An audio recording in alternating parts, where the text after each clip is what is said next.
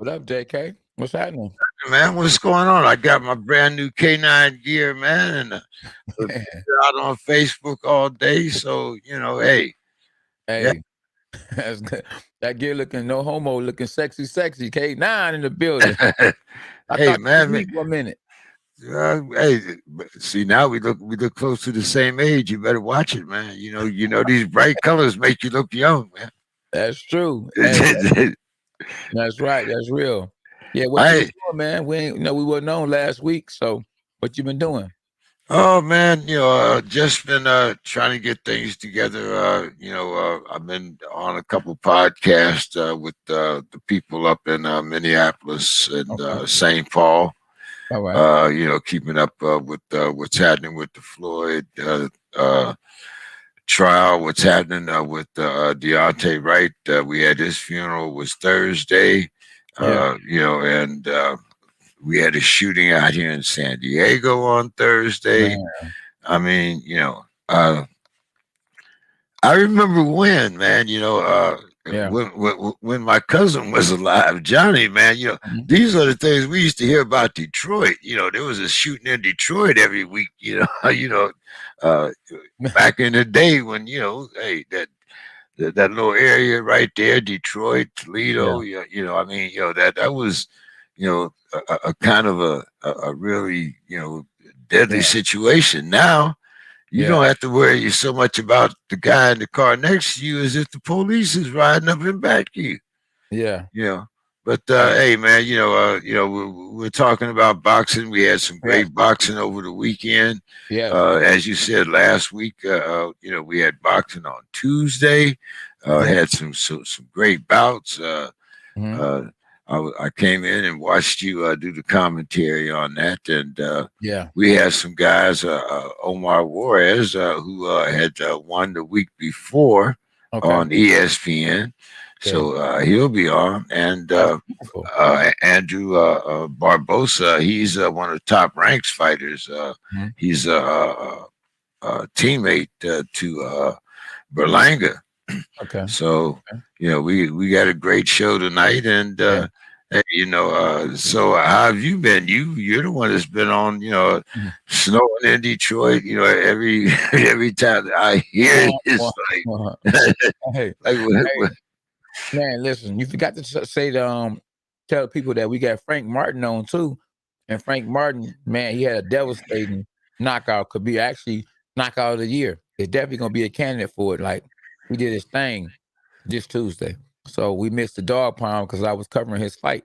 So I look now, forward to having him on the show tonight too. now he's one of your guys, right? I mean, a Michigan guy. Yeah, well, he's from Ohio. But if you notice when they say where he was from, or where he reigns out at, it's in Detroit. So yeah, he's definitely a Detroit homie because his daddy is from Detroit, if I'm not mistaken. His daddy stays here for sure. So Okay. yeah, I'm happy that he was actually able, to come on tonight. You know what I mean? I know he said he's about to get a tattoo when I talked to him. So he said he got like 16 of them. So, you know, I said, wow. He said he's trying to mark them up. So but yeah, I'm happy to have him on here, and want to hear how he feel about his knockout, and if it's going to actually be knockout of the year, and who he gonna sign with, because I don't believe he's signing with anybody. So it's gonna be a very interesting show. Yeah, it should be. So, Yeah, Ohio boy, come to Michigan. Yeah, yeah, okay, all right, that's all right. yeah. We All want right, that's right. Michigan the finest. Yes, we are. Yeah, well, I know y'all got, I know y'all fishing for talent right now. I understand. So you come down and grab them Ohio boys. Yeah. Hey, you Oh, know, see, you don't have to go far. It ain't like you had to go down to, Mississippi or Alabama or way yeah, out to Colorado somewhere. yeah. All you got to do is just go right there across state line. You'll be all right. Hmm. Yeah, you got great fighters. To be honest, though, we got great fighters all over the country, all over the world. Some of our greatest fighters are actually not even heard of or able to be seen because they over there in Uganda and Africa. I see some of those guys, man, that be DMing me. They be like, "Hi, hi, hello," because they trying to get out of there, and this is what they do. They fight. You know what I'm saying? And so you got some of those guys beat the. Ooh, I can't beat the guys in America because they hungry. You know what I mean? A lot of these fighters over here in America are spoiled. That's why most of the best fighters or the great fighters or the ones that are more hungrier are the ones that got a country behind them, or either they this is their way to getting out the ghetto, out of poverty, you know. And that's probably one reason why I became such a great fighter. I didn't want to be poor all my life. You know what I mean? I didn't have no daddy. I was on welfare, and that made me a great fighter. So I came from the hood, from roaches to mices. You know, I had to get up out that situation, and you know that's one of the reasons why. You know, plus God, you know, God first. I became a two-time world champ. Yeah, you know, I mean, we all have our ways of, you know, making it out, you know, of Yeah, those type of situations. You yeah, know, I mean, you know, anybody that lives on MLK Boulevard knows what I'm talking about. yeah, I don't care what city you in. yeah. If you're on MLK Boulevard, Mhm. chances are you know something about food stamps. You Yeah, know, chances are you know something about, you know, those big bills, yeah, utility bills that you can't pay. yeah, You probably have some type of gang problem. yeah, And yeah. like, and that doesn't matter whether you on the white end of MLK Mhm. Boulevard or Yeah, whether you on the black end of MLK Boulevard. that's right. I think y'all call it what, 10 Mile, and then The hood, 8 Mile, 8 Mile, yeah, Eminem, 8 Mile, you 8 Mile, Linwood, man, 8 Mile, McGraw, projects. How about we talk projects? That's what's going down in the project. They the hungriest, you know? they don't call them projects anymore, do they? There's a politically correct term for that now. I'm not sure what Yeah, it is. You low know. income, low Yeah. income. Oh, there you go. Okay. Okay. Yeah. Yeah. Yeah. Low Yeah, income housing. Okay. yeah, absolutely, yeah. Yeah. Yeah. But the crazy part though is that some people that were actually staying in projects wasn't really, you know, homeless or wasn't really poor. They just stayed there because they could actually pay lower rent. You know what I'm saying? So you know, Well, you always got somebody that's gonna beat well, or cheat the system. oh yeah, I mean, granddaddy stayed there and granddaddy Yeah, passed on, and exactly. so yeah, Yeah, I mean, hey, I lived in the projects. I know exactly how it goes. yeah, And then come election time, yeah, all the white people want to come to the projects. yeah, Vote for us. yeah, You know, ain't, absolutely. ain't Yeah. ain't I been mean, there ain't been there in 3 years, but right. Exactly. Hey, Vinny said hi, fellas. what's going on, Vinny? What's happening? Yeah, absolutely. We can't wait. We can't wait for the fight, man. You know it's gonna be a good fight. You know, you appreciate you for giving is that Mike my number?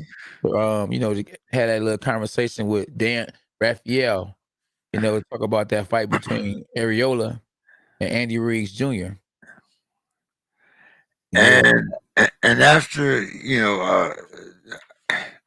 I haven't seen the release yet. I have to get Mike for that. I don't yeah, know if they've got it edited and everything yet, but yeah.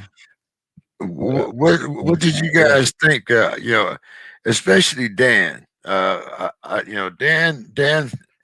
yeah, Dan has kind of an affinity for the heavyweights, but yeah, and I but I haven't really heard Dan say anything uh, yeah, bad about the heavyweight division. But yeah. I mean, we all know that it's not what it was even just a couple of years ago. Nah, it ain't, When yeah, you're right. you know you have a lot of young guys coming up now. Mhm. What's the young? Speaking of Africa, what's Agafi, the one Yeah, that talking about the guy. Yeah, you talking about the guy that actually was in the ring and the other guy saw him and jumped out the ring? You talking about him? the one that the guy after he came in the ring, the other guy walked out. Yes, that's what I'm talking about. Yeah, yeah. I can't pronounce his name. He was He said training. knock He was somebody training out. with. He was training with Ronnie Shields then. I don't know if he's still with Ronnie or not now. Yeah, no, he left him. Yeah, he left him. And there's another young guy Yeah, that we were talking about, Anderson, I think his name is. yeah. Oh, Yeah. yeah. Oh, yeah, Anderson. Yeah, Anderson. That boy, good. Yeah, that boy is really good. Yeah, he was actually training. He was actually sparring with Rodale Booker, helping Rodale Booker get ready for his fight. Yeah, I was just about to grade text Frank and tell Frank to tap in too. So, yeah, Jared Anderson was sparring. He down here at World Best, where I won my second world title at, and yeah, he the goods. So yeah, I Okay. think we got our guest Frank Martin in the building. So SB can. What's going on, fellas? Yeah, What's happening? Not too much, not too much. Frank, what's happening? Frank about to have the bank. I'm trying to get it. Gotta keep working. Yeah, absolutely. Hey, that's James right there. That's JKUC K9'd up. Yes, sir. What's going on, James? Right. What's happening? What's happening, man? Great performance the other night. Thank you. K9 was saying that you're getting ready to get a tattoo. What is it? Yeah, I'm finna get this sparring like a warrior. Okay. Oh. And where you gonna put this one? My bad. What was that? I said, where you gonna put it? On my forearm. Okay. Is this the guy that does all your tats? Nah, this is gonna be my first time out here in Texas. Okay. Okay, you in Texas. Okay. Yeah. Well, we appreciate you, like I say, for taking your time out. Come on the show, man. Like, I know people been knocking down your door for interviews and all that. Hey, after that knockout, when your phone, my phone was going in and out. Huh? Can you hear us? Can you hear me? Yeah, we can. I can hear you. My phone going in and out. Oh, it's going in and out? Yeah, it's going in and out. Oh, okay. Yeah, you down there in Texas, it might be. Oh yeah, you in Texas. It's probably a bad connection. We only mess with the boys in Texas and East Coast. We be trying to beat them boys up, so it ain't working right. That's all. Yeah, but he ain't in Texas though. He beat them boys up in Texas. What made you? Why you out in Texas, man? You doing something that that we need to know about? You about to sign a big deal or something? For real, I'm just grinding. I'm just working. Hopefully something come across the table. But as far as right now, I'm just working. Okay. Oh, you out there? I know. So you out there in camp with what's my man Derek James?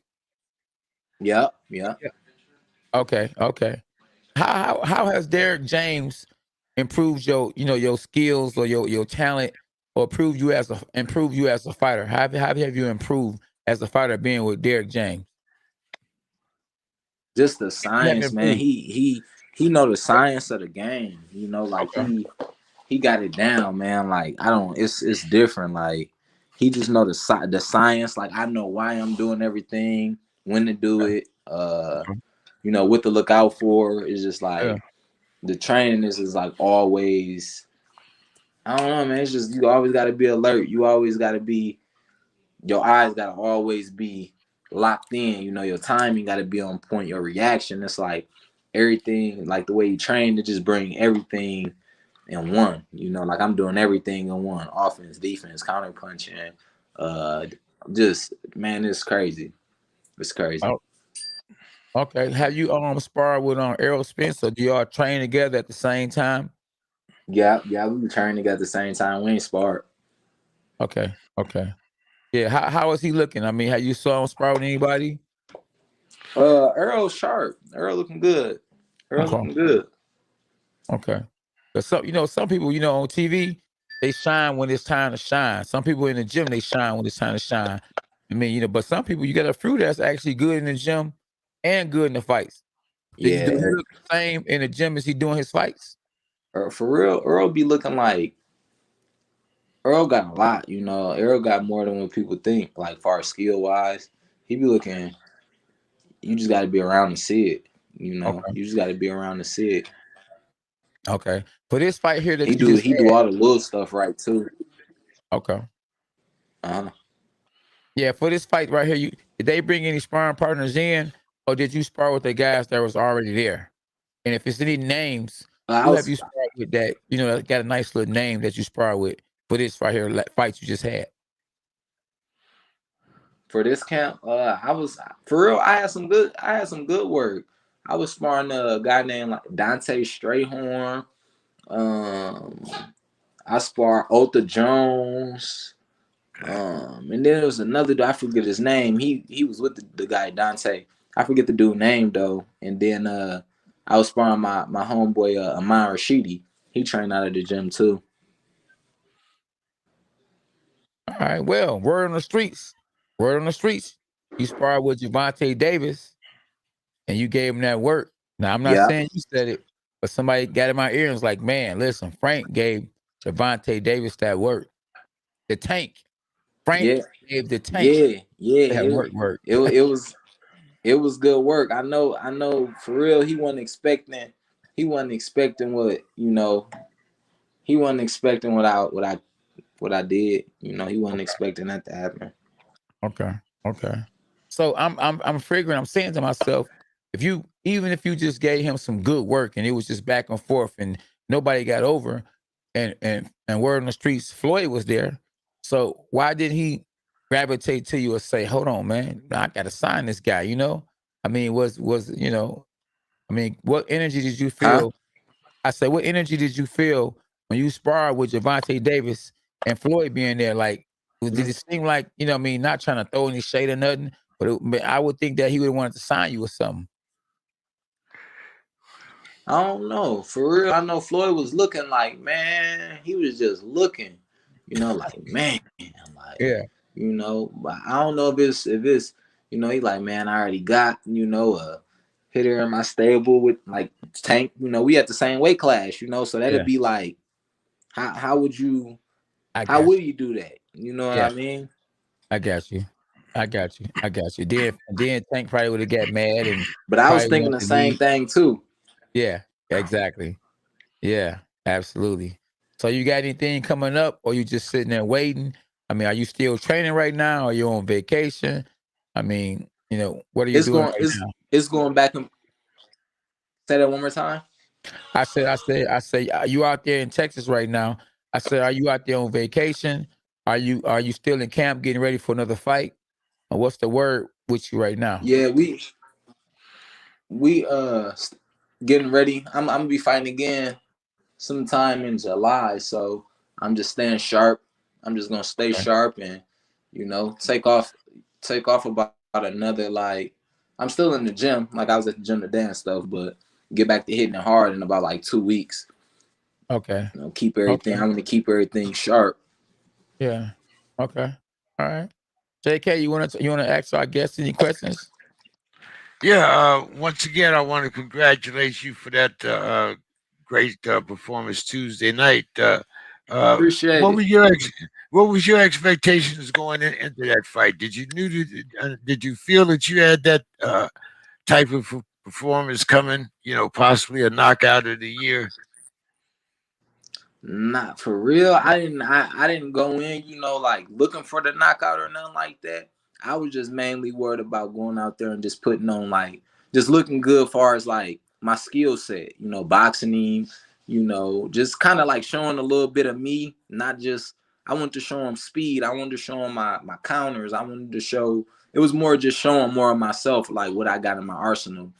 So that was really the game. Some of the stuff he was good at, like his go-tos, taking that away, working on my movement and stuff like that. And in the fifth round, for real, I had seen a shot in the fifth round, but like towards like the end of the fifth round. But I didn't take it because I didn't have my distance. I didn't feel that my distance was like right, to take the shot. So I just held back on throwing the shot. Sixth round, I got the, I was trying to set it up. If you go back and watch, I was going to the left. I maybe stepped to the left like 3 times, but I knew he was gonna be going to the left. I'm gonna throw it left, so I'm like, I still ain't gonna throw it. 7th round, and he was leaning over, like he was leaning, like when I would throw my jab and stuff, he would lean that way. So that's when I threw that double jab, and I just threw the hook because I had the timing and all of that, and I just threw the hook, and it just landed. Okay. But I had seen that shot in the 5th round, but it was just really finding that distance with it. He was telling me that too, though. He was definitely telling me that. And we talked about that, and he was like, "Man, I just saw it. It was there." So when you were getting ready for the fight, did you notice that lean? I mean, you with DJ. I mean, was that something that he told you to watch for? Yeah, for real. We was watching for the right hand and really his hooks, because that's what he does. That's his go to, them right hands and them hooks. So we was like, okay, we're gonna take them away from him. He like, you gotta keep them hands up. You know what I mean? So that was like a shot that we was working, but we didn't know, like we wasn't seeing them like leaning, like leaning his head over there until we was in the fight. So when I went to the corner, there like he leaning that head over there into, for that hook. He leaning, So once I found that distance with it in my timing, I just threw it, boom. What about your body work? Do you feel that your body work has improved now that you've been around Errol and some of those guys down there in Texas? Yeah, I feel that my body work is good. I'm sitting I'm sitting more on my shots. And not moving so much. Not throwing it and getting out. I'm sitting on them and just staying there. Do you think that he was surprised at your power? Can you say that again? Do you think he was surprised by your power? Yeah, absolutely. At the press conference, dude beating on his chest, right? He beating on his chest. He think like me. So he think he just. So I'm like, all right. I told him I hope he was the gorilla tomorrow. This was the day of the weigh-ins, So I just told him, man, I hope you're a gorilla tomorrow. I hope you beating on your chest tomorrow. And then dude told me, don't run. So he must have thought I was gonna run in the fight, So once he got in there and felt my, and I wanted them to feel how strong I was. So once he got in there and felt that, it threw his whole game plan off, because he really didn't even really throw no punches like that. I know. Yeah. He thought he was gonna be running. He was gonna be strong. No, I want to say, and not because you the homie, I want to say, you remind me a lot of, guess who? Tefimo Lopez. Now, you want me to tell you why? Because you like a throwback fighter. Now, you go look at your record, you fight undefeated fighters with no problem. These fighters nowadays, man, they ain't looking for that work. They trying to get easiest work as possible and make the most money. But you are fighting undefeated fighters. I mean, you are really proving yourself, And I salute to you. And I appreciate watching you fight, because man, you don't go out there and just be picking, oh, I fight him. Oh, they come to you, you say, bring them on. Where do I sign? Come on. Yep. Come So on. is that because you want to prove yourself? Is that because you want to sign with a major promoter? I mean, and what is it? Is it because you got a lot of heart and you ain't scared of nobody? What make you take these It's all tough fights? It's all of that. It's all of that. It's all of that. I felt that fight right there was perfect. I felt that was the perfect opportunity. Against an undefeated fighter. That like it just made sense. That fight made sense. Like it just made sense. Right, because you putting all your eggs to a certain extent in one basket. You like, man, listen, I'm gonna win. because once your O is gone, it is gone forever. So you taking a big chance, but in taking that big chance, and especially if you get a knockout, oh my goodness, your stock just go woof, all the way to the top.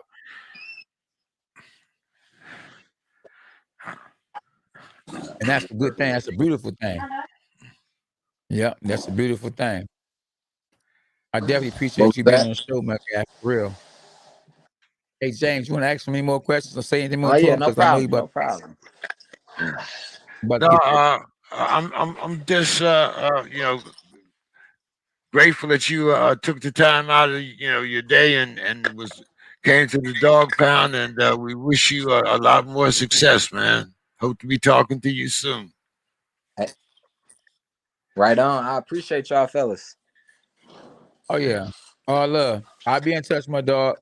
Hey, you got any social media though? You want to Okay. shout out before you leave? Yeah, y'all can follow me on social media at Frank Martin on Instagram at Frank Martin 2016, and y'all can follow me on Facebook at Frank Martin. I don't be on Twitter, I don't tweet a lot, but y'all can follow me on that Facebook and Instagram. Okay. All right, my guy. Much love. I'll be tapping in with you. Okay. Okay. Yep. All right. Cheers. Peace. It's going in and out. Yeah. Yeah. JK, he a humble young man. I appreciate that about him too. He ain't Hollywood. A lot of these guys, man, they go Hollywood. I mean, I don't want to throw no names out there, but boy, in the gym, it was all good. Got on ESPN, got a knockout. Boy, oh boy, the man changed big time. Man, listen. It's like, oh, who is this? Oh man, I'm straight. Like, these guys get real quick. Yeah. Yeah. You They go from fans to I'm the man. Yeah, but just, what goes up comes down. Just like what goes around comes around. Yeah, but but a lot of times it don't be the fighters though. okay. A lot of times it be the publicists and people like that. A lot of times the fighters don't even know that you didn't even call. You know what I'm saying? Yeah. Once his publicist, he win 3 fights, all of a sudden the publicist ain't taking your call. He ain't got but one fighter, but all of a sudden he ain't taking your call. It's like, so Yeah. And that's true. You got some of these promoters, they'll ruin the fighter. Start telling him, no, you don't need to do this. Let me hire this person for you. Let me hire that person for you. I mean, that's why I hired my wife. But she got my best interest. You got to hire somebody that has your best interest. Yeah, but also along with having your best interest, they have to have that knowledge too.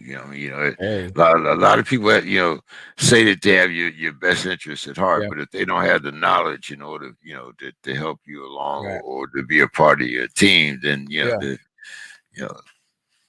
Right. Hey, you know what? She got both of them, so that's good. I don't think you get that better than your wife and your manager at the same time. Well, Yeah.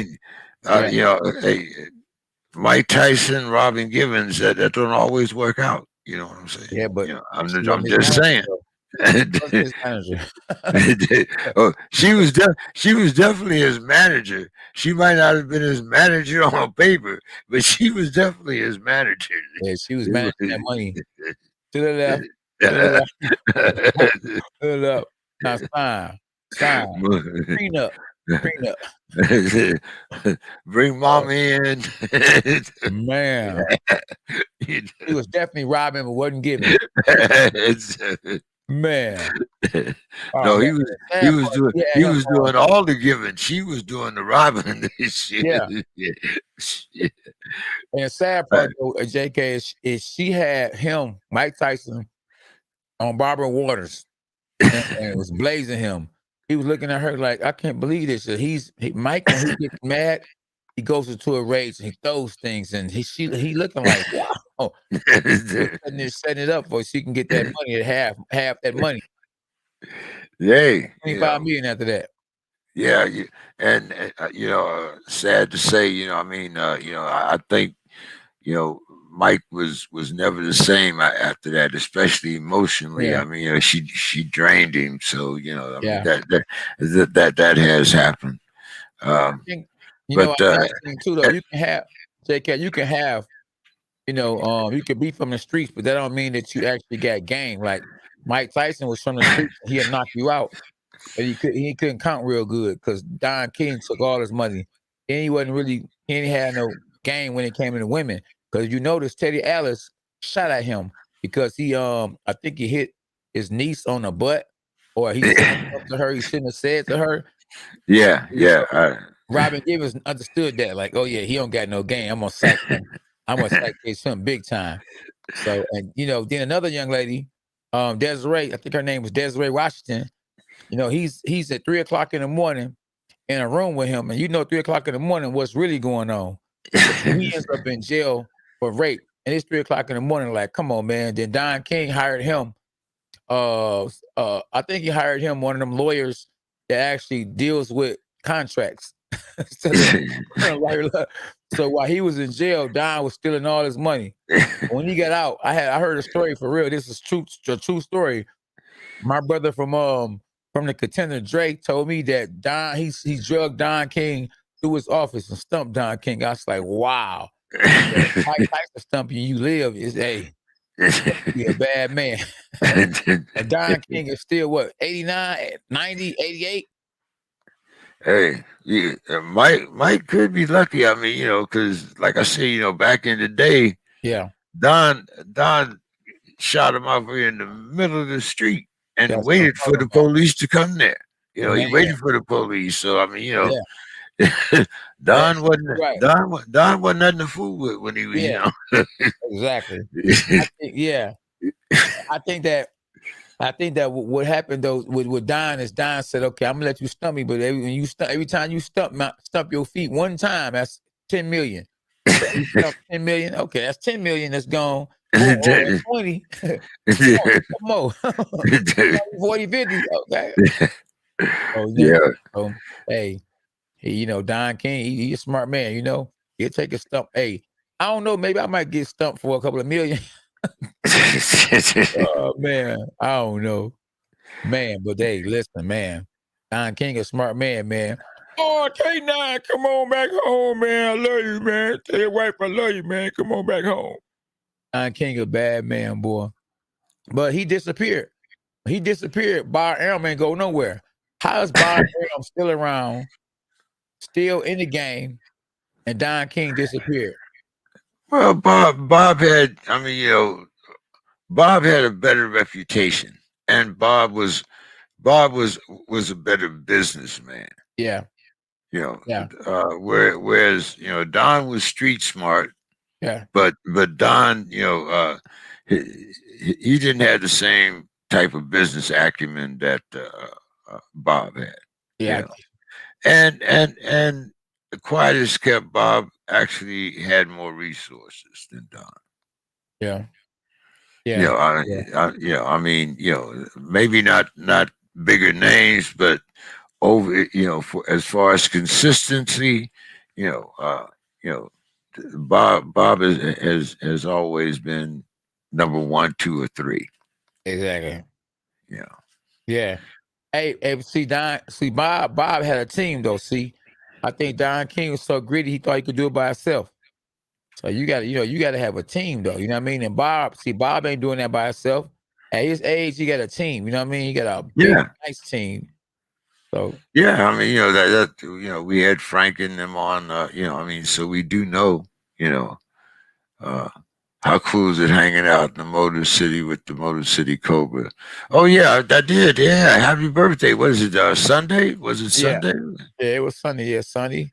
Tommy Hearns took me out to eat. I had a ball. Man, he took me, my son out, and my other son out, and we had a ball. And it was, it was 2 other people. With matter of fact, it was about 7, 8 of us, and it was all on Tommy. And so shout out to Tommy Hearns.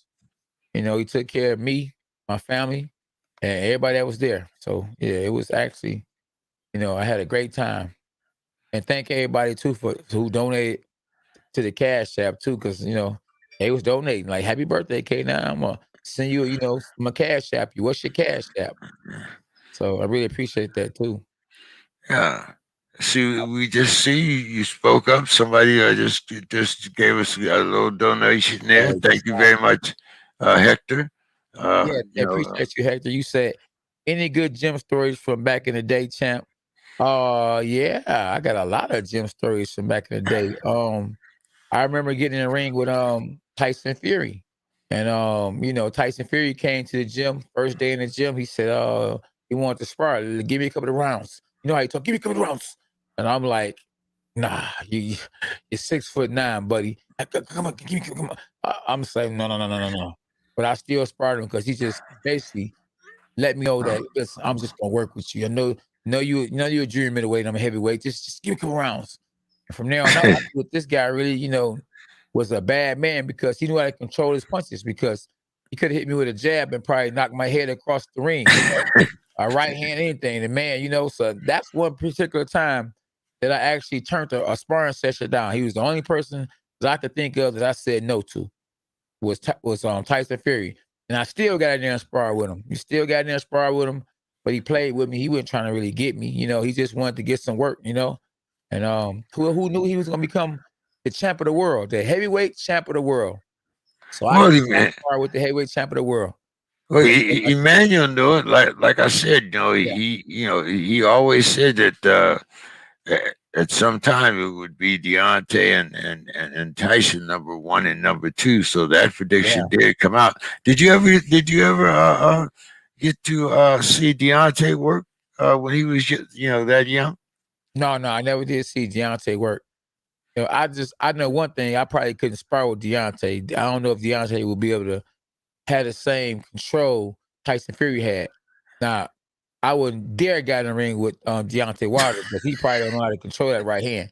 He's trying to knock out everything. I believe even in sparring sessions, he'd be like, bro, we don't need that. And you know, in my life, and my kids need their daddy. You know. Yeah, it got real personal though. If I'd have gotten there with him and he would have basically told me, I'm just gonna work, and he'd have did something to me like that, man, I couldn't let that ride easy at all. But you know, thank God we never had to go through that. We didn't go through that, and yeah, that was one of them. I got another story I could tell you about too. Sparring with Obakar. Me and Obakar, man, we went at it, boy. I'm talking about tick for tack. And I'm talking about, you know, Obakar's supposed to be the greatest fighter to never become world champ. You know, he lost to Felix Trinidad when he fought for the belt. And you know who Felix Trinidad is, right? All right. Yeah. He lost to Oscar De La Hoya. That's right, Oscar De La Hoya. And you know who Oscar De La Hoya is. And he lost to Ike Cortez, another beast. So yeah, them some great stories. I mean, I can go on for days and days and days. Rest in peace to Hector Camacho. Me and Hector Camacho, we sparred, man. It's on the YouTube channel too, so go and look it up. I mean, I sparred Tommy Hearns. I mean, I got gym stories for days. Andy Lee, Adonis Stevenson. I mean, we can go on and on and on. Even Kermit Cintron, you know. And you know, I ain't got no love for him. He be acting like a square, for real. Yeah. Yeah. NL in the building, he says salute panel in the chat group, Team K9. See that you got that K9 shirt and hat on. He like Team K9. Like, yeah. Dogs us. Yeah, tell them to check out the site.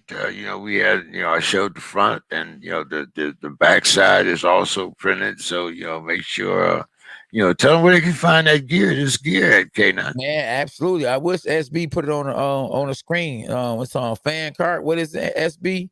Go to my Instagram, K9 Boxing. If you want to get some of this good K9 gear, guess what? You can actually look it up.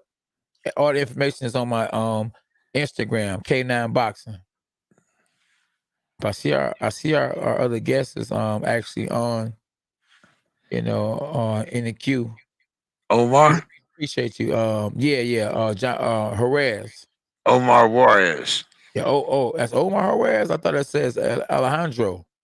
Appreciate you, Harry Thomas. Yeah. Okay. There we go. Yeah. All right, man. Sorry about that, bro. I was just finishing up at the gym, trying to wrap up everything real quick. No problem, man. Glad to have you here, man. How you doing? I'm good. Ready to go, man. Just getting back into it, staying active. Yeah, that's good. You just fought? Yes, sir. Last weekend. Oh man, things must have went real good for you because you back in the gym and we got you in a dog pound. Oh, yes, sir. Absolutely. No, I did really good. I think it's the best performance to this date, but I got the toughest fighter to this date as well. So I'm really happy, man. But I just got to keep pushing forward. Never be satisfied with my performance, and Yeah, always know that there's mistakes that can be fixed. yeah. Okay, well, JK, go ahead and take over, JK, because Yeah. this your man. Well, You got him on the show. a great performance on what was that? That was ESPN, right? On Fox. Fox. Yes, sir.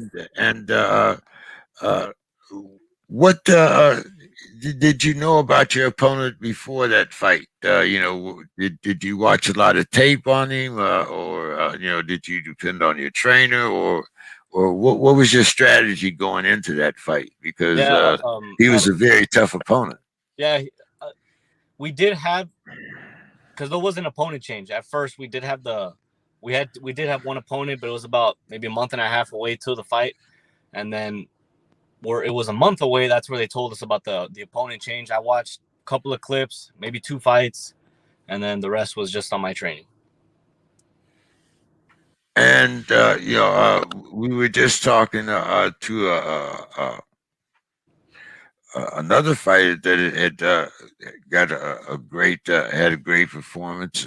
So when you have a performance like that, how much more does that boost your confidence? Knowing, I mean, you are also wanted to look good, in order for you to boost your stock up. So. How did that play? I mean, was he what you thought he was? Were you expecting him to bring it to you where you could have a great performance? It was more of a. I told myself I know if I train 100%, leave it all in the training camp, I'll be good in the fight. There's a quote that says, "Train hard, fight easy," and I truly believe in it. So I left no stone unturned during training camp. Now, did you put or does it? Did you seem? It seemed like you were sitting down more on your body punches. It also seemed like you were making a very distinct part of your game plan was to go to the body. Yeah, definitely. I mean, we know that any fighter, no matter what, if you hit the body, they're going to slow down, whether it's putting pressure, trying to outbox you. The body hurts, man. The body hurts way more than the head. A lot of fighters don't know that, but it hurts. So I had to start tagging the body, as soon as the fight started, because he was gonna be coming forward the whole fight. Was there anything unexpected that he brought that you didn't expect? Were you surprised by his speed, his power? Was there anything that came about that maybe you weren't as prepared for? No, not really. I told myself, and I told everybody else, that whatever he brings to the table, I'll be ready for. I had the perfect sparring, the perfect training, so I knew what I was going up against, but I just have to be on my A game. Who were some of the people you brought in to spar with? Just fighters in his size. There is this pro, Carlos Villa. He's about 18-3. Just his size, his length, and everything. Even before that, we got sparring with since I'm always active, I actually got sparring with Austin Trout. We went to Houston, got some good work in there. So I'm always sparring. I'm always staying active, but it's just the dedication that I have for this sport, man. It's just I'm always willing to learn. I'm always willing to perfect my craft any chance I get. Okay, K9, you want to step in there for a minute? I'll Yeah. get I mean, I'm actually looking for some work, man. I'm trying to get some work. I got a fight coming up. How much do you weigh, brother? Well, I fight at 140, bro, but right now I'm about 55, 56. Oh yeah, I need that work then. Cause I fight at 154, but I walk around weighing 180. That piece of work. You southpaw? What you southpaw? Orthodox fighter? What? Orthodox. Orthodox? Oh yeah. How tall are you?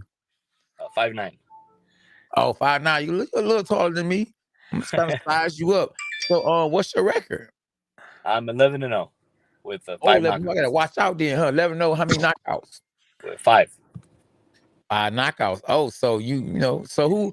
Okay, the guys you did knocked out were. I mean, why didn't you knock them out? Was it early on in your career, or was it because they were matched up like it was like even fight? It could have been on paper.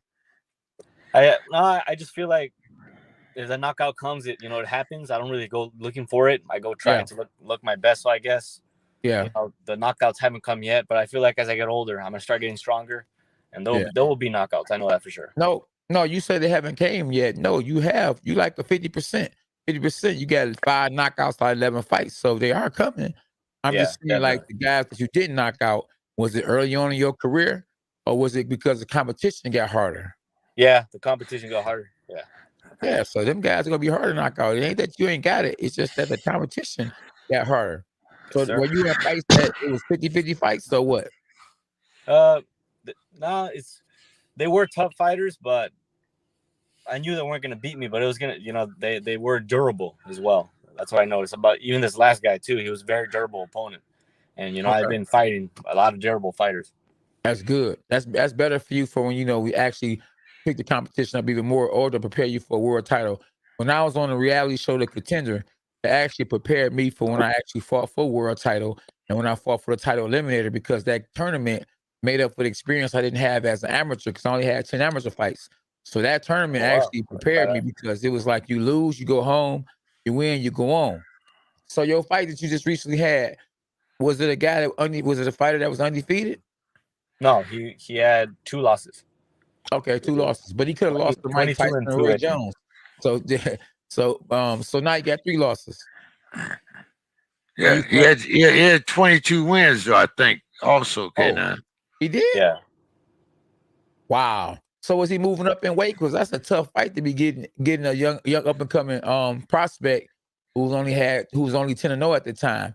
Was he a fighter that was moving up, or was yeah, he I like think so. your people Yeah, just, huh? I think he would fight at 35. I think so. Okay, see how I knew that? See, because I know the game a little bit. Right, right. Because I mean, if you got a great team, they're not gonna match you with a guy that's had 20 some fights with only 2 losses. You know what I mean? Yeah, Because and that's not good matchmaking. And they got money in you, and I'm quite sure they do because you fought on ESPN and you a top ranked fighter, right? He fought on no, Fox. on Fox with They fought on PBC. Fox. Okay. Now you fought on Fox, it's 2 Fox. You fought on Fox where the whole world could see it, or was it just a Fox like Fox Sports? No, No, it was the PBC. mainstream Fox. Yeah, it was Oh, that's Fox. Yeah. good. Oh, that's right, man. You got a lot of exposure. Did Oh you yeah, get definitely. any sponsors to sponsor you? Yeah, we have sponsors on my trunks, on my vest, but honestly, bro, they change like every fight. Okay, okay. Yeah, And you don't but listen. And so the did you stop your opponent? I'm sorry. Did you stop your opponent? No, I didn't. We went the whole 10 rounds. Okay. Unanimous decision though, right? Yes, sir. Okay. How far do you think that you are from actual fighting a top 5 contender from or a top 10 contender? I'm not sure, man. I'm not really sure with how things are going right now.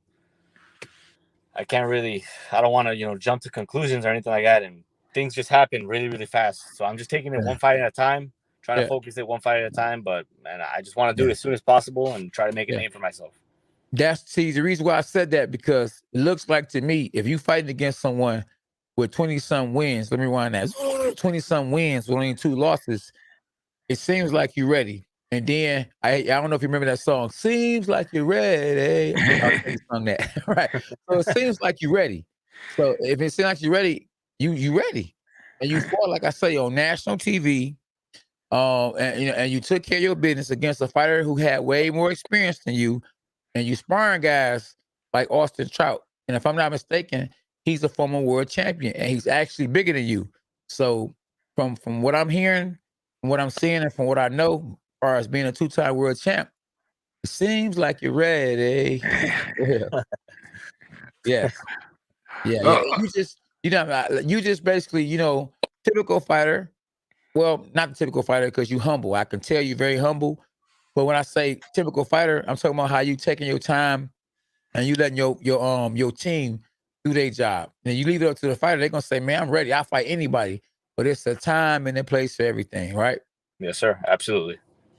Okay, all right. Well, I appreciate you. I appreciate you. I'm gonna turn you back over to JK because JK always got something to say. How much do you miss your fans, man? I miss them a lot, man. I honestly do. Like I tell a lot of people that the bubble doesn't faze me at all, which it doesn't. At the end of the day, I have to go take care of business. But I honestly miss the adrenaline rush that I get from the fans. Well, that walk in and Yeah. all the preparation. Do the weigh-ins? Do they have as much excitement as they used to? When once again you had the fans present, and you had a chance, for a lot of people to be there. You're in a state where you're one of the stars. I believe you're fighting out of Texas, right? Yes. Yeah. So I mean, you're already somewhat of a star. You have your own following down there.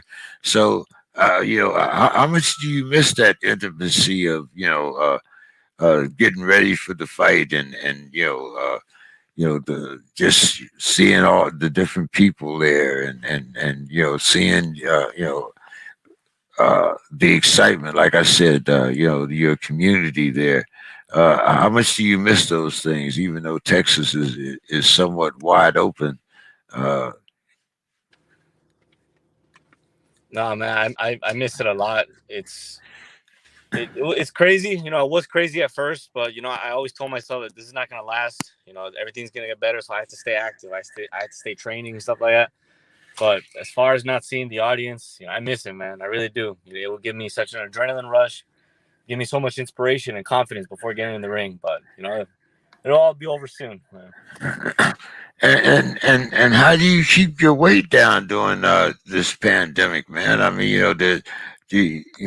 without having a lot of I guess structure, having to take a lot of your training yourself.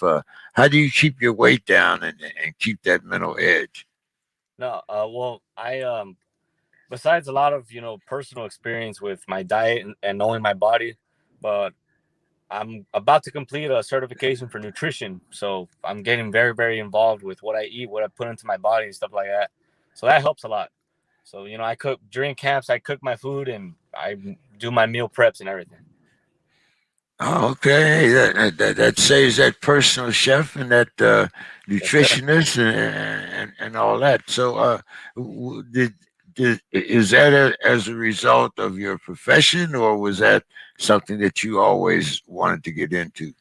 No, yeah, it is a result of my profession, but I always had I mean, who doesn't, right? Who doesn't love food? But I always had like, an obsession of what goes into my body, what comes out of my body, stuff like that, So I always wanted to know what I was eating. So Yeah, it is more of a personal interest, kind of. Yeah. but come on, man, menudo and tacos and Yeah, I get what you mean. enchiladas. Yeah, I'm out here in Southern California, man, and Oh, yeah, it's always hey man, I could I'll do a few extra push-ups tomorrow, or yeah, a couple right. extra. you know, uh, hey, fellas, I'm over here.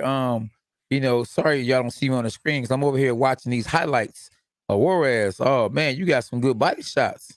Thank you, bro. Oh man, I gotta check you out, see what you're talking about. I gotta know the guy I'm about to spar with. Your oh strength. yeah, hey, Oh, I great young see. man, family man too. Am I correct? Absolutely, 100%. Oh, that's wonderful. Shout out big time, man. You married?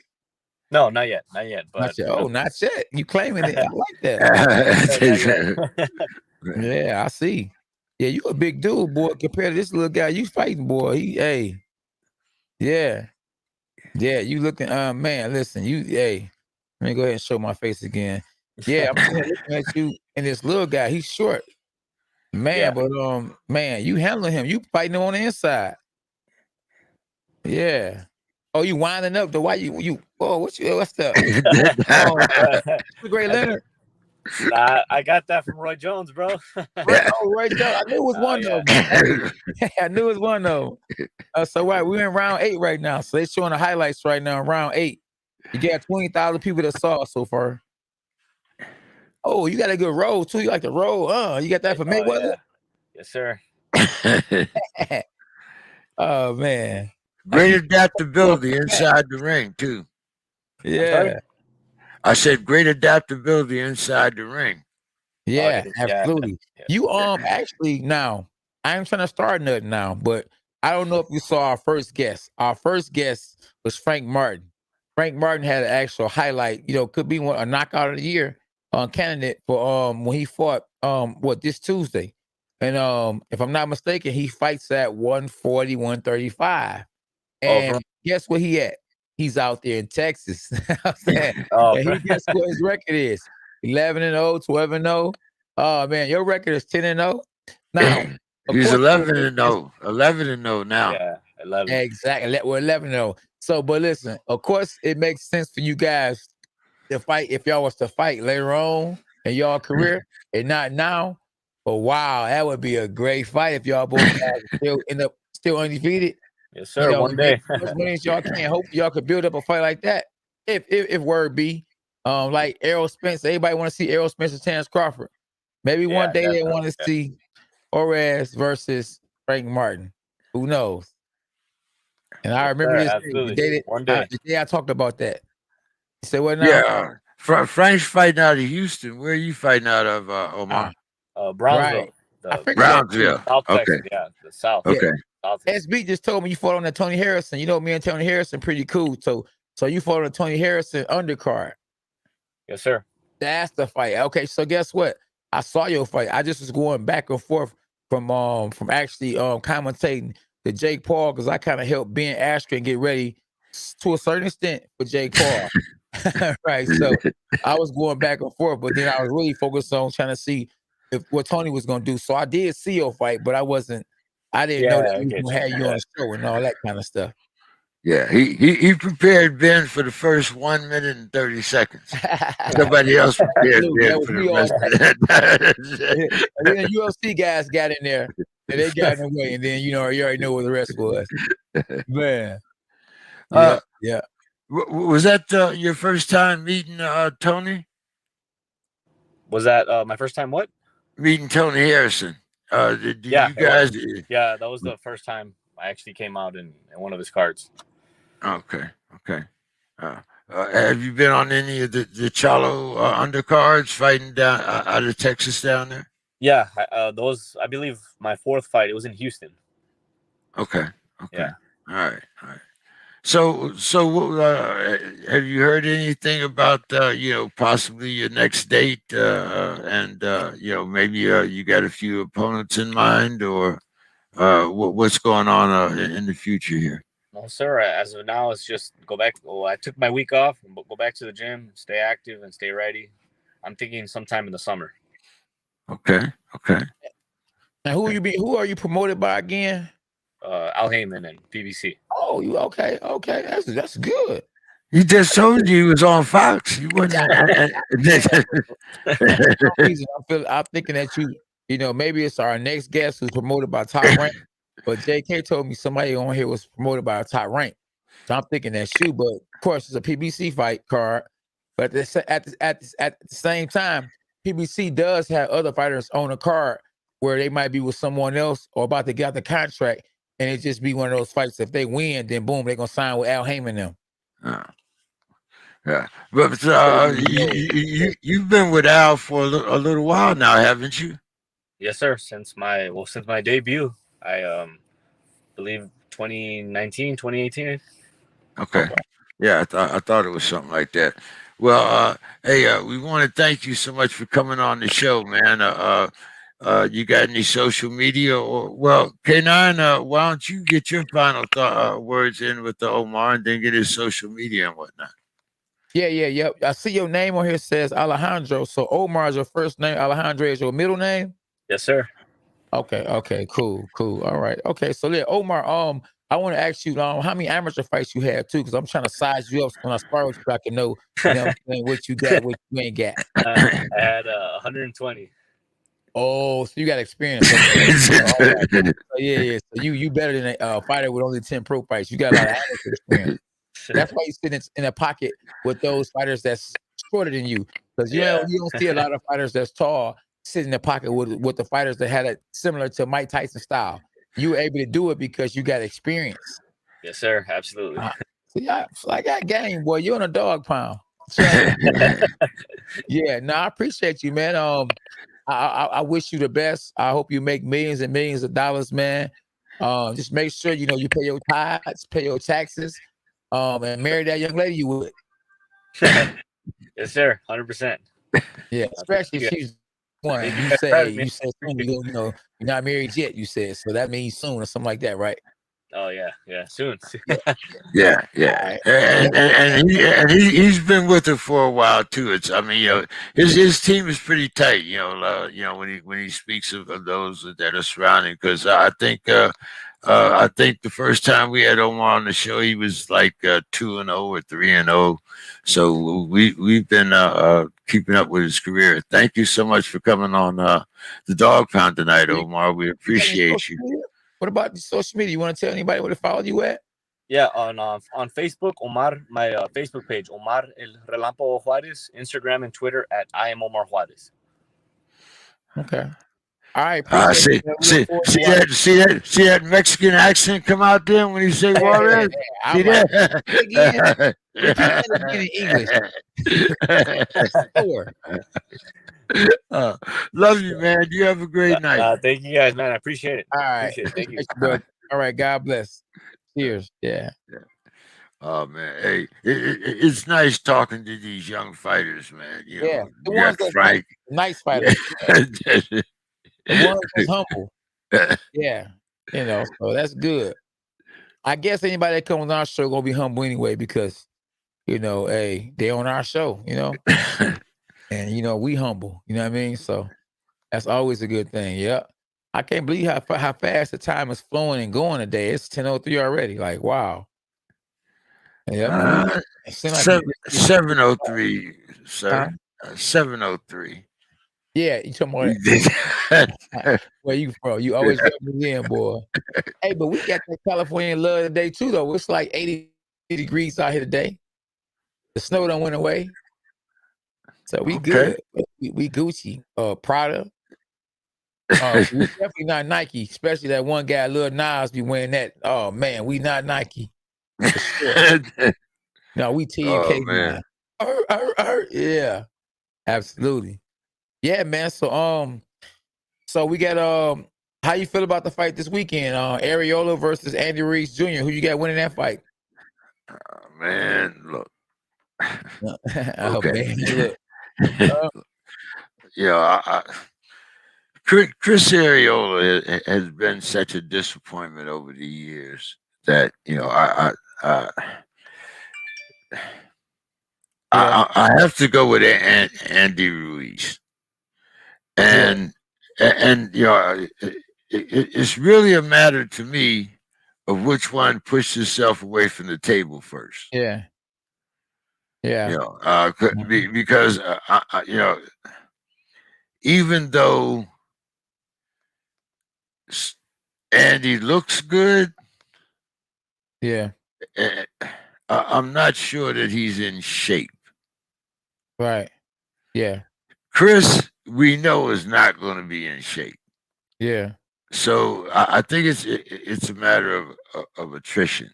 But I think that Andy, has the edge. Yeah. I mean, Chris is kind of like oh man, I can't even think of his name now. The big heavyweight, Dominic Brazil. Okay. He's just waiting for somewhere to fall. But he just needs somebody. He just needs somebody to like pretend like they hit him in the chin. You don't really have to hit him. No, but he don't be going nowhere. Areola, he don't be getting stopped though. Now Brazil, it's a different story. Down goes Brazil. Deontay Wilder fight. Well, Brazil is actually Yeah. had much better competition because he's been able to keep himself in the forefront. Whereas Yeah. Chris, one because he's Mexican, then and he should have been the next heavyweight champion, and should instead of Ruiz. Then you always get that that Mexican type of audience for him. That Chris always he gets the hope crowd in. We hope he's gonna win, but before the start that round 8 he's gonna run out. He's gonna start pushing his punches and leaning on his opponent and stuff like that. So Yeah. Man. So we got Floyd Mayweather finna fight Logan Paul. That's why I was looking down to see what the word of the street was, and John Pascal is finna have a rematch with Badu Jack and Jared Hurd versus Luis Arias on a Mayweather Paul undercard. So how you feel about Mayweather coming back against Logan Paul? same as I did when he fought Conor McGregor. Okay. I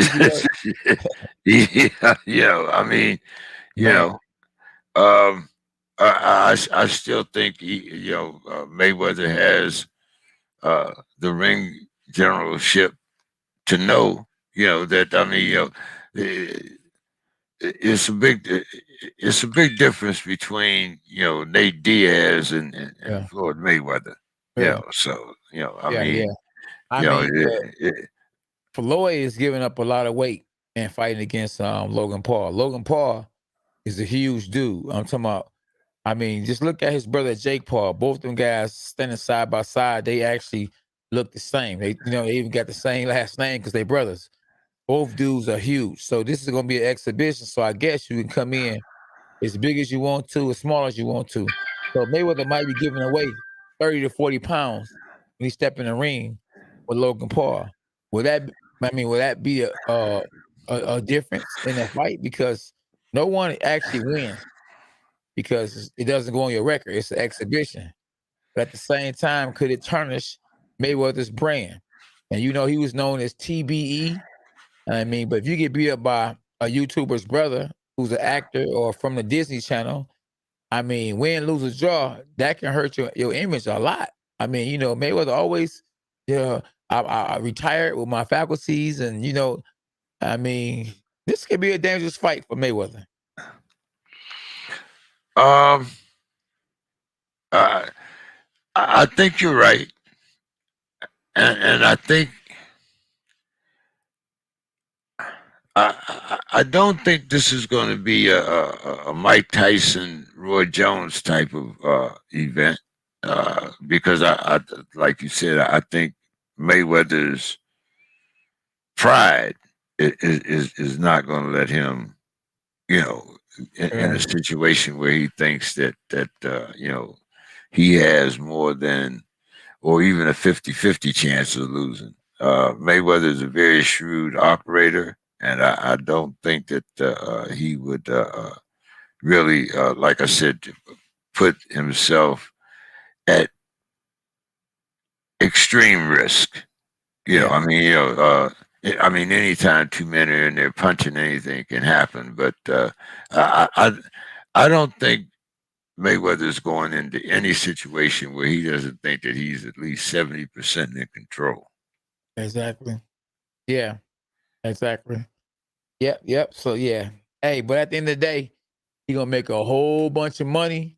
And I think that's all he care about. He care about not getting hurt, making a whole bunch of money, and bragging afterwards, or showing off his cars and his check. And you know what I mean? And he gonna tell you, I'm fine. I just cash out me a dope check in an exhibition fight. And I think he really trying to compete to a certain extent. He's trying to compete with Mike Tyson. Mike Tyson did crazy numbers when he fought Roy Jones. And I just don't think that Mike Tyson and Floyd Mayweather like each other. And Floyd wants to show that he's TBE and he's the cash cow, and he don't respect the fact that Jake Paul and Ben Askren did 1 point something million in buys. So I think he's going to try to surpass both those numbers put together and show that he's still the cash cow and he's still Money Mayweather and he's still the biggest draw in boxing. Hold me out for a minute. I'm trying to get our next guest on. Yeah.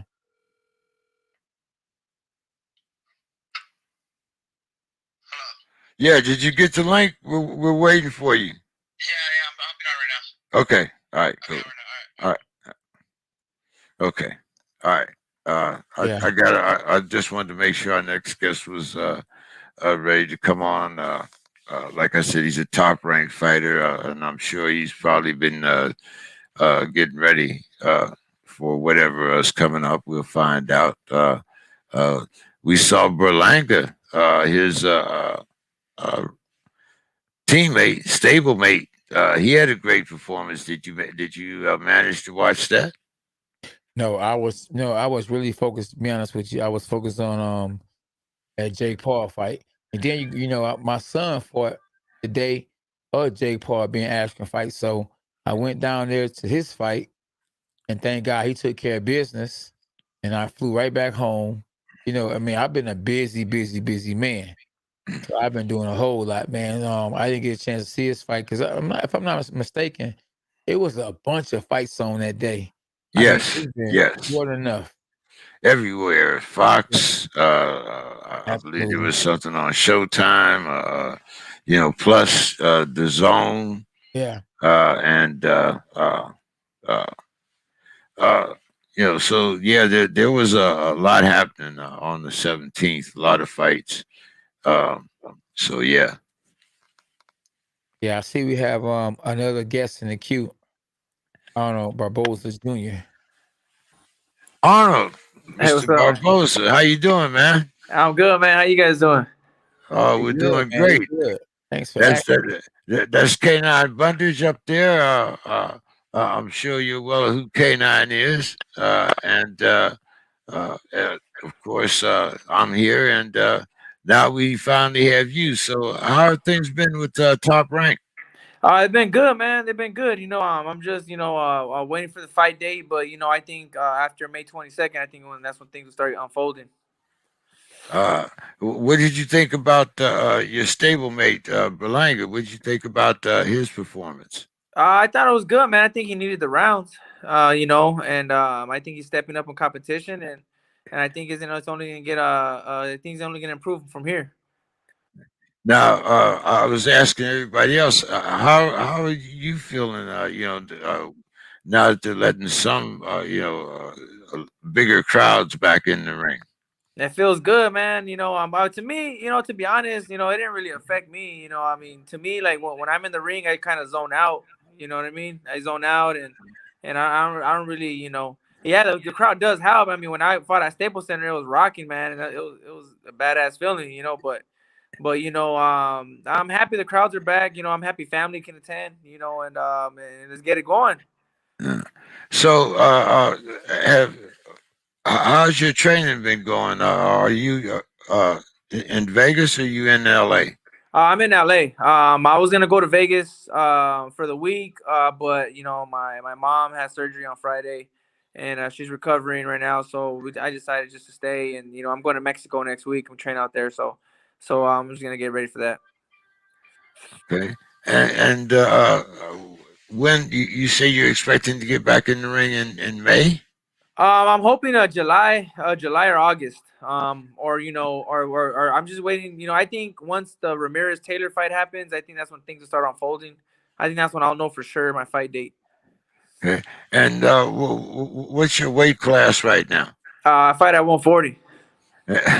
Oh, see, hey, K9, and we got another sparring partner for you. So what are you walking around at right about now? Right now, I stay in the gym. Right now, I'm about 155, 156.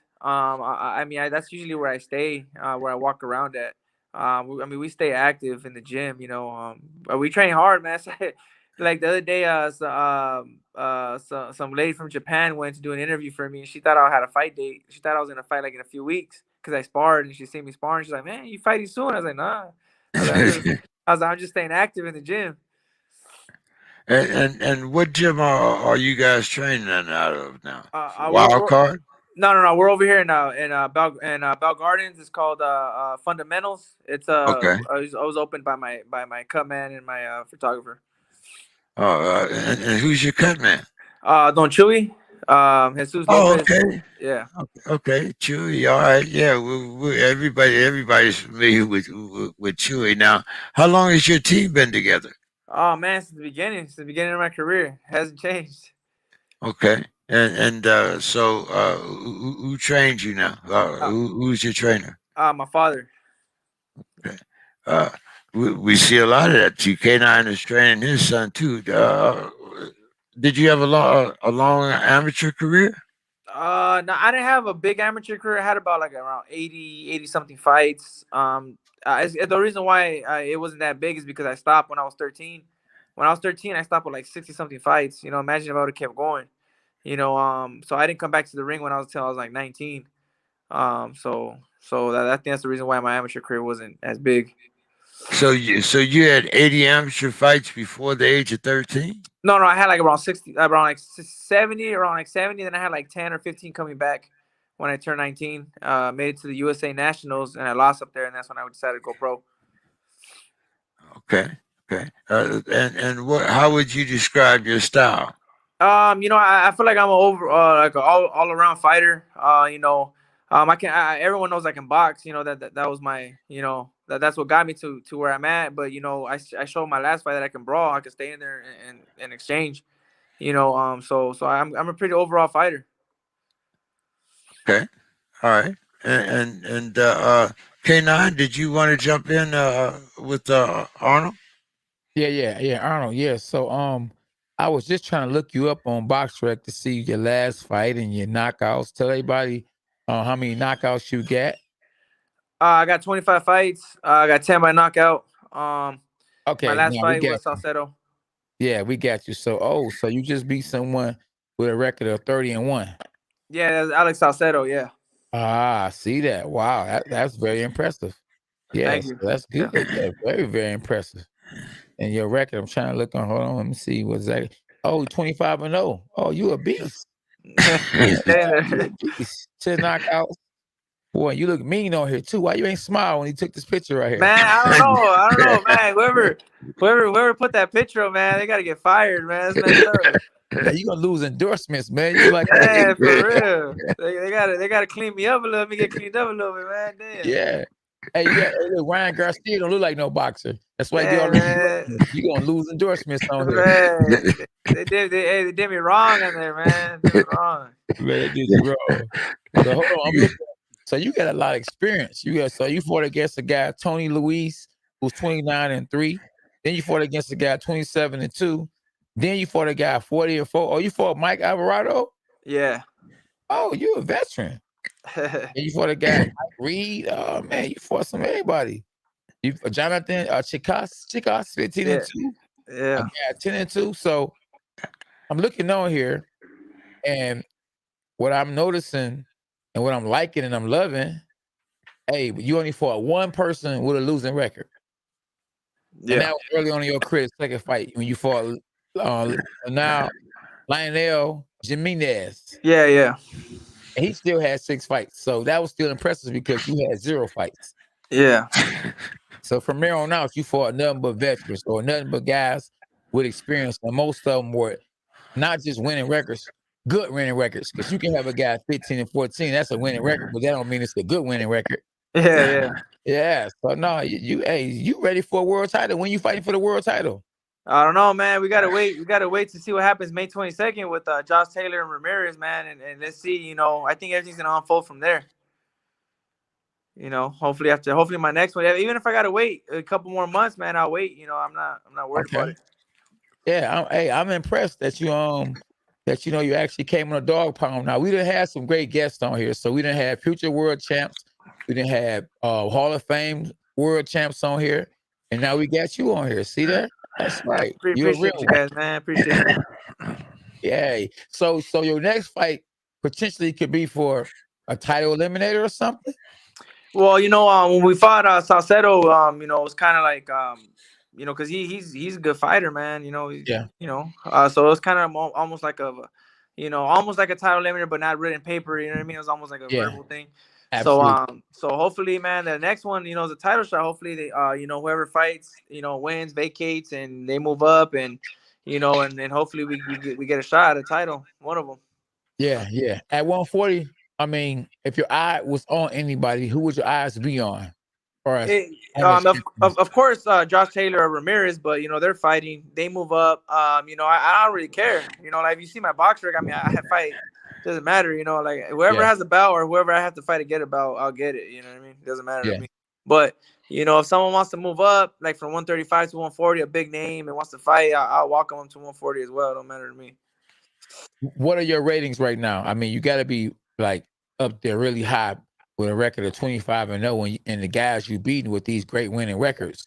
I mean, you got to have in the top 5, top 6. Yeah. I'm ranking in the top. I think like the top 6, top 5, and so it depends. Like I know WBO. I'm like top. I'm like at the number 3 or number 2.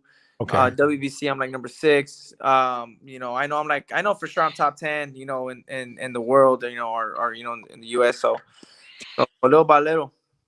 Oh, IBF. What about IBF? IBF. I'm not. For some reason, I'm not ranked in IBF. I mean, I don't know why. That's the only one I'm not ranked in. Everything else, I'm pretty much ranked in. WBC, WA. Where you rated at? WBA, I think I'm like number 14. WBC, I'm like number 6 or number 5 or 5 or 4, something like that. And then WBO, I'm for sure WBO, I'm number 3. So when you turned pro, what made you decide to sign with Top Rank, or was Top Rank your first promoters when you turned pro? Yeah, man. Like when I first turned pro, there was a promotion company that was giving me fights. They gave me my first 3 fights. They sent me a contract and it wasn't good. And then so I didn't fight for a year and a half because I was trying to fight and no one wanted to give me a shot. No promoter. Then Mike Alvarado came down from Denver because he was fighting Marquez. Yeah. And he needed sparring, so I sparred him. His manager liked me and I did pretty good.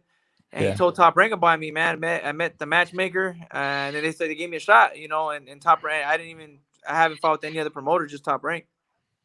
That's good. That's good. So you you don't know when your next fight is gonna be, but to be ready. So you stay ready, so you don't have to get ready, right? Yeah, of course. You gotta at least like Andre Ward says, you gotta at least stay like 60% ready, so that the other 40s is easy. Yeah. How old are you? 29. I'm 29 years old. Okay. And you fighting so you've been fighting at 140 your whole career? Yeah, well, I started off at 147, and then I came down to 140. And if they gave me a shot, like they said like, oh, like in 2 months, 3 months, I'll give you a shot at 135. I think I can make it. Okay. So we're I take care of myself. That's the reason why I know I can do it. So yeah, we'll see. Do you feel like you're ready for the winner between Gervonta Davis and Marius Barrios? Oh yeah, of course. I mean that's a great fight. I'm excited to see, how Gervonta's power, if it transfers to weight classes. I want to see, Mario Barrios. He's a fighter, man. He's big. He's a big boy. So we'll see, man. We'll see. You had him on the show plenty of times, haven't we, James? That's your man's in them. Yeah, that's my man's in them. Yeah, Mario's a good guy. Yeah, man. He's really good, man. He's a good fighter. Big fighter too. So Gervonta has his hands full, man. He does. Yes, he does. He's moving up 2 weight classes, and he's no joke. But Gervonta walks around weighing about 180. Yeah, he does. Yeah, he does. So he's used to being big. So I mean, I think he's gonna be, he's gonna be used to, heavier guys. Because I'm quite sure he spars in the gym with heavier guys because he walks around heavy. Yeah. So it's gonna be very interesting. Yeah. Who would you say is the pound for pound, other than yourself? Don't put yourself in the mix because I know you your favorite fighter. Who would you say is the best pound for pound fighter in the world right now? In the world, any weight class? Any weight class.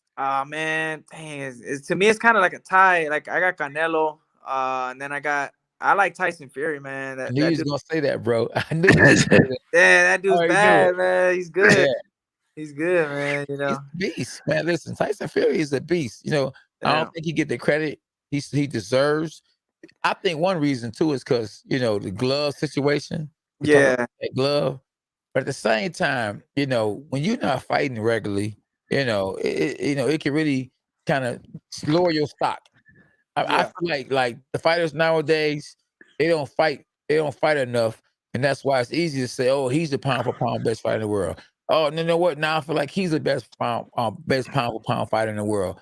Back in the days, I guess because the money wasn't like how it is today, the fighters had to keep fighting. They fought 4 or 5 times a year. Now the Yeah. fighters nowadays make so much money, they might fight once every 2 years or once every year. Yeah. Yeah, it sucks, man. I had to learn that when you start making a little more money, they really go by the contract and how many fights they give you per year. Yeah, Like my manager told me, he goes, "Hey, listen, you're not a prospect. You're a contender. You're making a little more money. You're yeah, gonna have to fight. Two, yeah. 3 times a year. And me, I want to be active as possible. So Exactly, it's hard. exactly, exactly.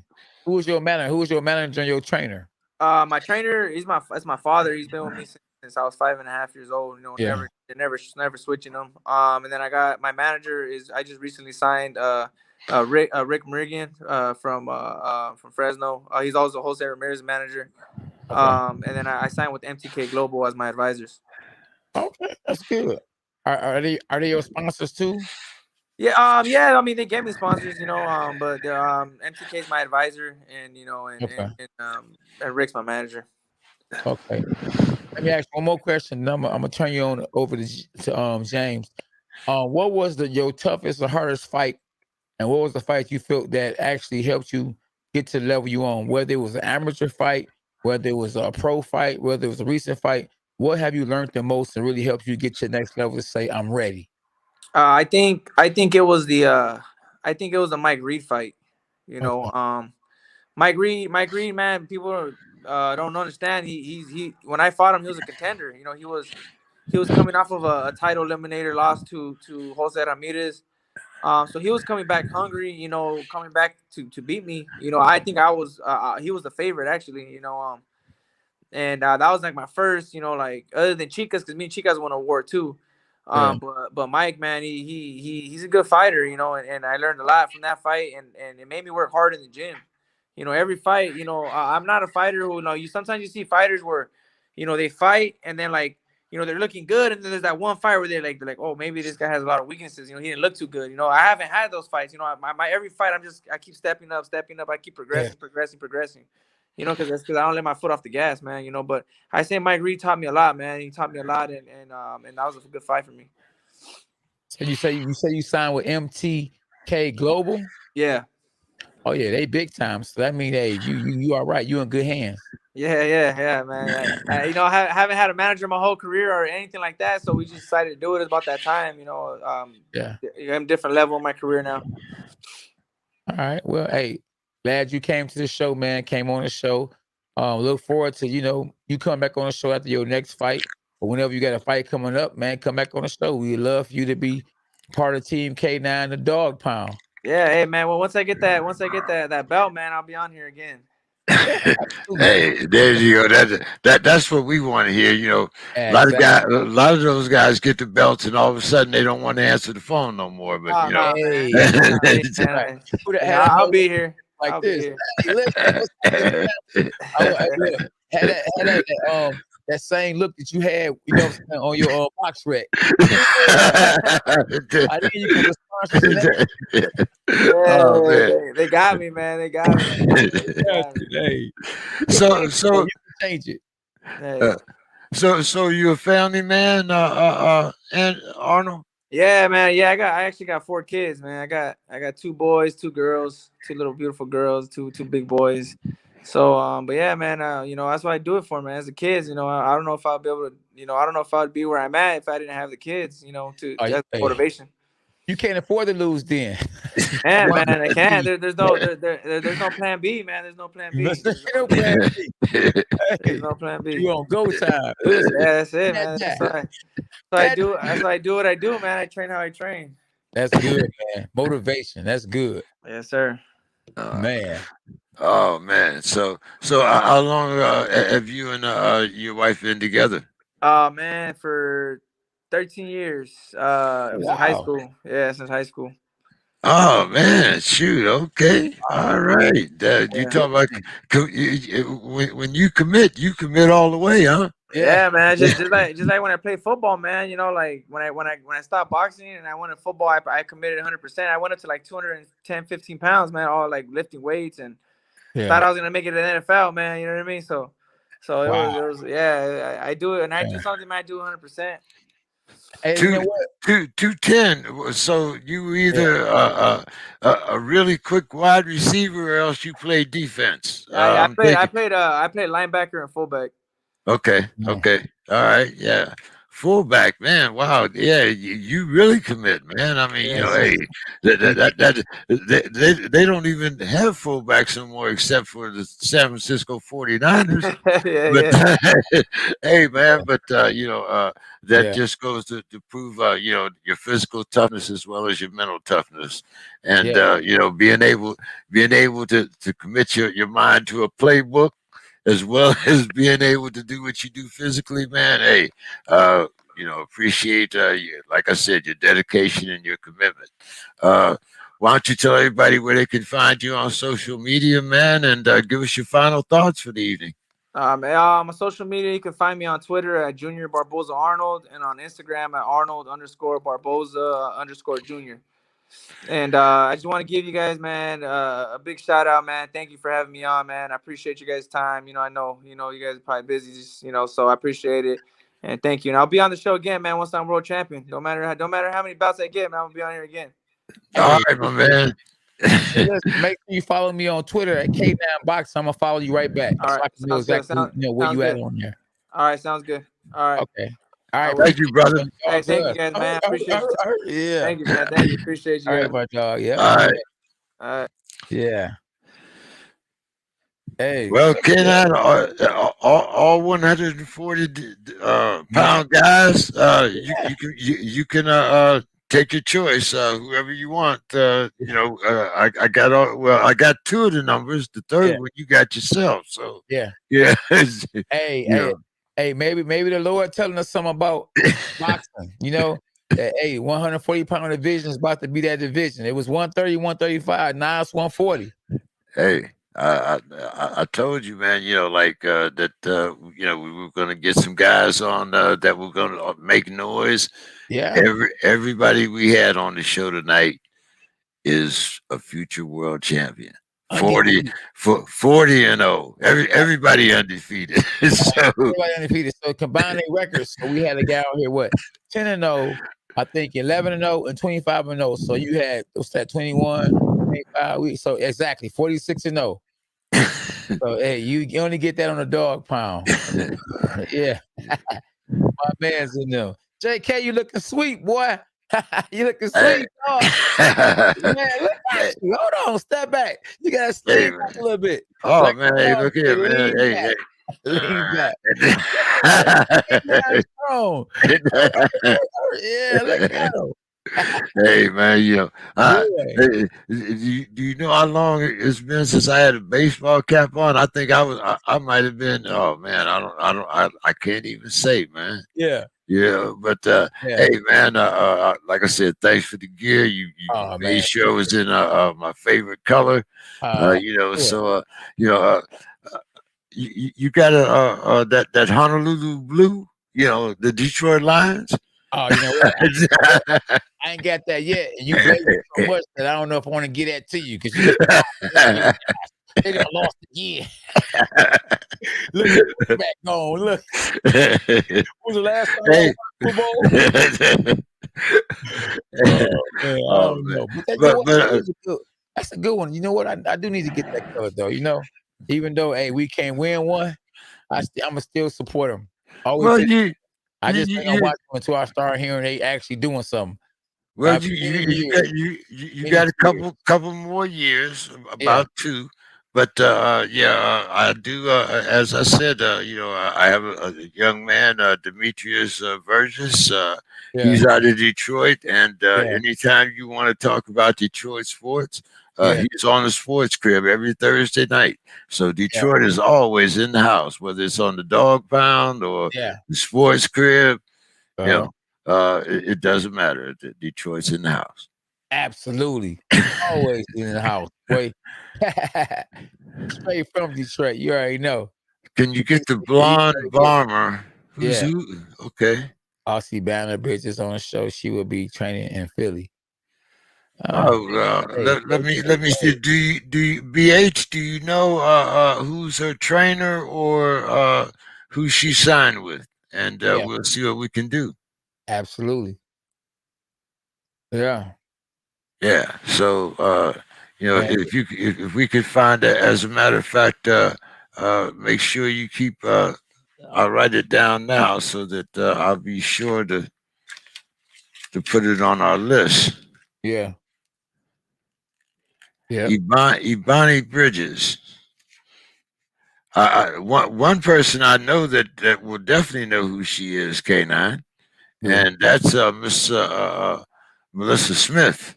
Okay. She'll definitely know who the young lady is. She'll Yeah. be able to tell us her amateur record Yeah. and who's her trainer and everything else. So I'll Okay. definitely get with Melissa this week. Um, and once again, my favorite project is starting 100,000 bottles of water for Atlanta, Georgia, Okay. 2022 election. Yeah. We've already had a couple contributions. I'm Yeah. looking for people to help me coordinate, logistics experts, and people that live in Atlanta that would like to be a part of handing out the water. Yeah. So it's a long-term project, Yeah. and we need to do things that are going to promote Yeah. our community, Yes. as well as make sure that we have a government that looks out for people of color. So Hey, that's we my need to favorite. hey JK, yeah, I want to piggyback off what you said. Maybe we can try to get Flint some water too, because Flint has been, had contaminated water for I don't know how long, and if I'm not mistaken, they still have contaminated water. But we They can still use, they still have contaminated water, wow, and if you know anything about what's happened in the yeah, government no longer. They used to give free bottles of water away to the residents of Flint, yeah, and they stopped that program. So K9, if yeah, we can talk about doing both. yeah, absolutely, Just and with Flint, you might want to make it a little quicker than November 2022. yeah, Yeah. So yeah, we might could do something for Flint. This year in 2021. So exactly. yeah, it's something. New. David Flores, I'm new. What's up? Well, thank you for coming on tonight, grabbing in the chat room, Subscribe, and right, and like, subscribe and like. Uh, absolutely, yeah, Stacey absolutely, Abrams is from Georgia. Yeah, that's BH. You're definitely right, and yeah, hopefully Stacey Abrams will be running for governor in 2022, yeah, and that's part of the reason why we are thinking of adopting Atlanta as the city of choice. yeah. Uh, I'll probably be so fighting maybe June 30th, maybe no later than August. Well, hey, go, that was just, my little thing there. But K9, Yeah. we had, don't forget, we got what's happening in K9's corner, man. Did you forget? Man, K9's Come on, corner. man. After researching or really thinking over, is YouTubers good or bad for boxing? And I come to the conclusion they're actually good for boxing. Let's just think about all the money and all the fans they are generating for the sport of boxing, the sport that I love, so much deep down in my heart. Floyd Mayweather and Logan Paul are about to make a whole bunch of money. Ben Askren, even though he didn't survive one round, made $1 million. Let me rewind that. He won $1 million. He made $1 million. And Jake Paul, even though he's not fighting anyone that really has a chance to beat him, because he's gonna call him, he's gonna fight him when they cripple, he's gonna call them out when they're not active, and he's going to make sure they got a fan base. So he knows that the network's gonna buy into it, and he's gonna make a boatload of money. But at the end of the day, Jake Paul is good for boxing. Now, I understand fighters being upset because he just jumped straight to the bag and they had to work their way up to the bag. But at the same time, nobody really cares about how good you can fight to a certain extent. They care about how many butts you can put in the seats, how many pay-per-view numbers you can sell. And last I looked, last weekend, Jake Paul, Ben Askren sold 1.2 million buys. 1.2 million buys. I had to rewind that. And that's huge. Now, can Errol Spence, who's a proven fighter, who's a world champion, sell 1.2 million buys? And he's a great fighter. Can he sell 1.2 million buys? Can Canelo Alvarez sell 1.2 million buys? I heard that Jake Paul sold more buys or had more buys than Canelo Alvarez and Tyson Fury. And he's not even a real fighter. My son will dust off Jake Paul. But guess what? He has a crowd. He has a fan base. So hopefully you guys that's on here can, that wants to be a champion or wants to be the best, can realize that social media is where it's at. Building your fans base is where it's at. And that's how you're gonna get the numbers. It's all about entertainment. You know what I'm saying? So you gotta entertain the people. You gotta get your brand has to be built up. And boxing, it's like you don't even need promoters anymore because social media is promoting the fight for you. You don't really need managers anymore because you can manage to get the fights on your own. So really, social media has made promoters and managers' job a lot easier. So I'm just saying, man, if you want to actually make the money that you want to make and don't want to have to be mad at the YouTubers or whoever get into the sport of boxing and making all the money, build your brand, get your fan base up. And you don't have to worry about Jake Paul. You don't have to be mad at Jake Paul because he's stealing all the money. He's robbing the bank. Just, build your brand. And that's all I got, man, at K9 Boxing. We had a great show, JK. The fans, I'd like to thank the guests and the fans for coming on the show. Thanks JTR 313 and David Flores and BH and everybody that tuned in. I'd like to thank SB for doing a great job tonight. I'd like to thank JK for always doing a good job. And you can find me at K9 Boxing on all social media, from Facebook, Instagram, and Twitter. And like I say, man, I'm chilling always, man. Chilling, working hard. If you're in Detroit, you want to get some training in, I'm at Title Boxing on Orchard Lake. And on Sundays we do live sparring at 1 p.m. Eastern time. So, that's where I'm at. Monday through Sunday, either at the gym or on the dog pound or with SB and family. Yeah, where can they find you at, JK? When you can find me Tuesday night. You can find me on Facebook, right there, JEK3, and you can keep up with all our pages, the Weekend Rap, the Dog Pound, my political show, anything you want to know about JEK3, you can definitely just check me out on Facebook. If you got any questions, DM me. I ain't scared. That's right. Yeah. Man, much love, man. I appreciate you, man. God bless you. Man. And like I say, once again, I thank the fans, man, for tapping in. And like I say, man, build your brand, It's all about you. It's all about us. Hey, JK, man, I look forward to talking to you before next Tuesday.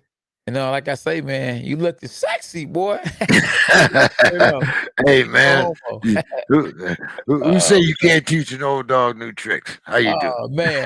Let the dogs out. Oh, man. All right, dog. That K9. You have a great one, man. Right, dog. I'll holler at you next week. All right, man. You have a good cheers. one. Yeah. My dog.